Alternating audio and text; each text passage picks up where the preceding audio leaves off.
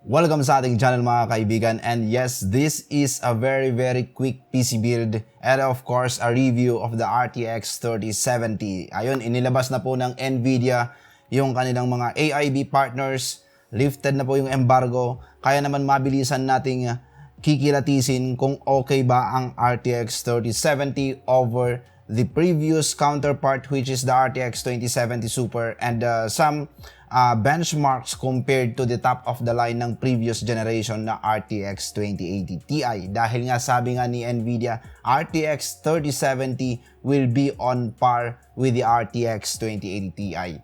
Kaya alamin natin mga kaibigan with this PC build, another black and white PC build with Corsair, Palit RTX 3070 Gaming Pro, and of course we will be featuring here also the i9 10850K dahil mas tame po siya compared sa 10900K para sa ating ambient temperature. You will observe that dun sa ating benchmarks, as well as you will also observe the Asrock Z490 Steel Legend, the favorite model from the Asrock lineup, especially pagdating sa mga black and white setup. Okay, so for more videos like this, feel free to subscribe and let's do this. This video is brought to you by SCDKey, the best website that you may visit in terms of very affordable deals and best offer para sa application softwares, games, and yes, operating system. And there you are, you may check the Windows 10 Pro, and by using our promo code, ma-avail mo lang siya ng around $14.95 or 700 plus pesos. That's it mga kaibigan. Check the description below. May mga links po tayo dyan to go directly sa kanilang website.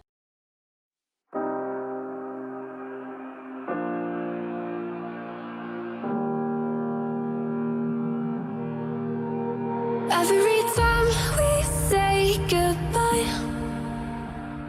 they all see that it's a lie. 'Cause we always give it one last try. Yeah, you've watched me break 1,000 times. Now I'm all alone, 'cause you never show. You say you will, but then you don't. That's how it goes. Don't wanna know. I'm turning off my mind so I get by. I just wanna be happy, happy tonight.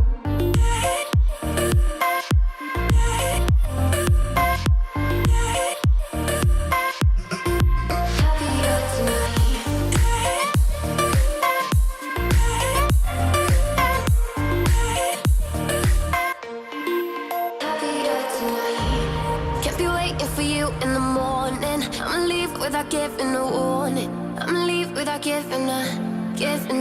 But every time we say goodbye, we all know that it's a lie. Now I'm all alone, 'cause you never show. You say you will, but then you don't. That's how it goes. Don't wanna know. I'm turning off my mind so I get by. I just wanna be happy,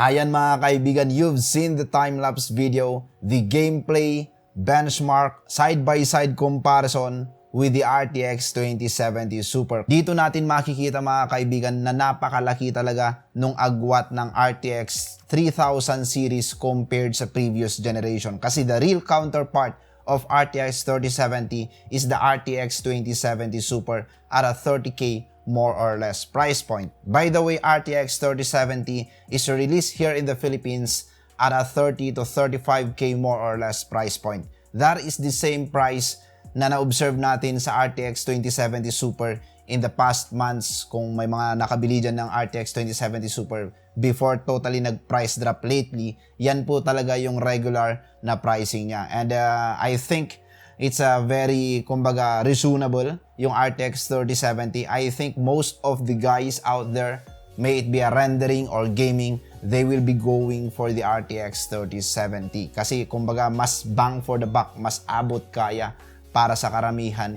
So, it's like buying the RTX 2080 Ti at half the price. Dahil even with the Blender 3D, pagdating sa rendering kanina na pinakita natin, mapapansin nyo na closely on par sa RTX 2080 Ti. I doubt that totally natalo yung RTX 2080 Ti, but I may say na on par. Kumbaga, in real world performance, the same sila pagdating sa rendering. While in terms of gaming, hindi natin nagawa yung RTX 2080 Ti comparison kasi wala na po akong video card by that time na gagawin ko na po yung gaming benchmark. So, ayun. I just stick with the RTX 2070 Super. So, it's more on the thing na nakita nyo dito sa ating video is all about the upgrade, the leap from the RTX 2070 Super at the same price point sa RTX 3070.